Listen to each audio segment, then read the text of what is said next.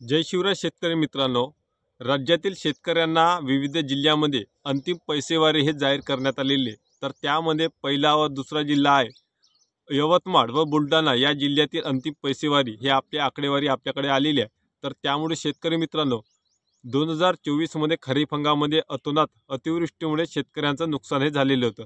तर त्यामध्ये विविध भागामध्ये विविध जिल्ह्यातील जे काय आपले जिल्हाधिकारी होते त्यांनी अधिसूचना हा काढल्या होत्या। त्यामध्ये पीक विम्याचे पैसेवारी असो किंवा नुकसानग्रस्त शेतकऱ्यांना मदत असो यासाठी अधिसूचना काढण्यात आल्या आणि पीक विम्याचे पैसे अधिसूचना काढून देखील आजपर्यंत शेतकऱ्यांच्या खात्यामध्ये जमा झाले नाही, हे देखील सरळ वास्तव आहे। तर त्यामुळे आता अंतिम पैसेवारी यवतमाळ जिल्ह्यातील 48% ते पैसेवारी काढलेली आहे। त्यासोबतच बुलढाणा जिल्ह्यामध्ये 51% अंतिम पैसेवारी हे आलेली आहे। तर त्यामुळे आता कुठंतरी त्या भागातील शेतकऱ्यांच्या दुष्काळग्रस्त शेतकऱ्यांना मदत मिळण्यास कुठंतरी आता मार्ग हा मोकळा झालेला आहे।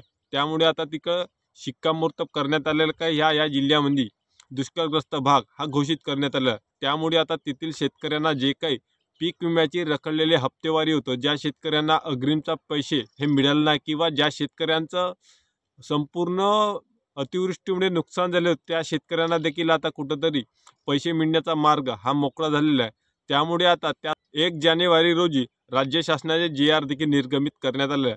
तर त्यामध्ये आता ज्या जिल्ह्याची आकडेवारी नुकसान भरपाई असो किंवा पीक विम्याची रक्कम राज्य व केंद्र शासनाचा हिस्सा जो काही रखडलेला ज्या शेतकऱ्यांच्या खात्यामध्ये वर्ग झाला आहे त्या संबंधित विभागाला देखील अति तात्काळ असं परिपत्रक काढण्यात आलं की आकडेवारी पाठवा, आपण त्या पैशांना मंजुरी देऊन शेतकऱ्यांच्या खात्यावर लवकरात लवकर आता पैसे हे वितरित होण्यास मार्ग हा मोकळा झाला।